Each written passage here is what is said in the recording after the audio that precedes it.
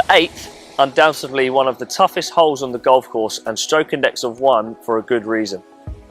A long par 4 playing 467 yards off the white tees.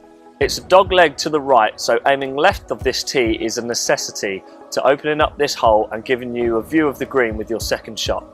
A tee shot played down the right hand side will give you problems.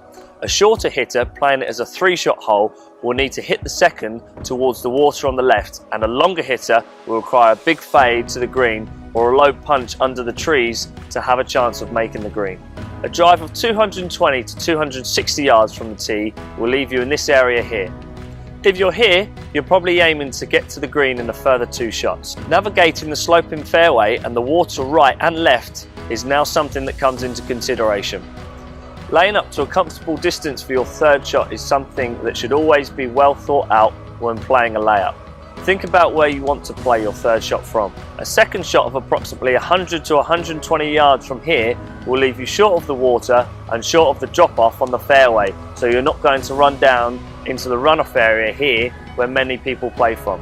This avoids the possibility of having to play from the divot. From here you'll have approximately 130 yards into the green, so 2 short shots, easier to hit but also avoiding all the trouble, is better play than playing a fairway would. Arguably harder to hit but also brings all the trouble into play. For the longer hitter, hitting a drive of 260 yards plus aimed at the apex of the dog leg on the left of the fairway will open up the green and leave a mid to long iron into this green. The length of the shot will obviously depend on the length of the tee shot, but if you're 260 plus off the tee, you have no longer than 200 yards left. As you get further up the fairway, you will see the water on the right and left hand side of this fairway. For the longer hitters, these shouldn't come into play. Playing from a downhill lie, a mid to low iron will be helpful in reducing the spin and getting the ball to chase up the green. If you walk off this hole with a net par on your card, you will have done well. This is a fairly large green measuring 28 yards from front to back and 21 yards across its centre. There is a fairly generous apron on the entry to the green, meaning an opportunity for balls running up onto the green.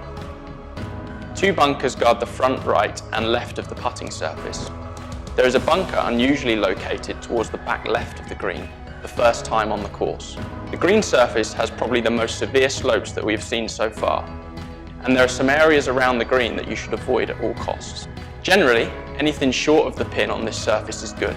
The green slopes from the front to back with a ridge running through the heart of the green, from the front left corner to the back right of the green.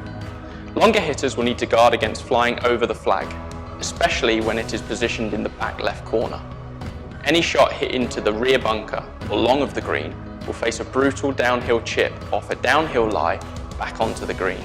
For any shots that find the green long of the flag, a quick downhill putt will be presented.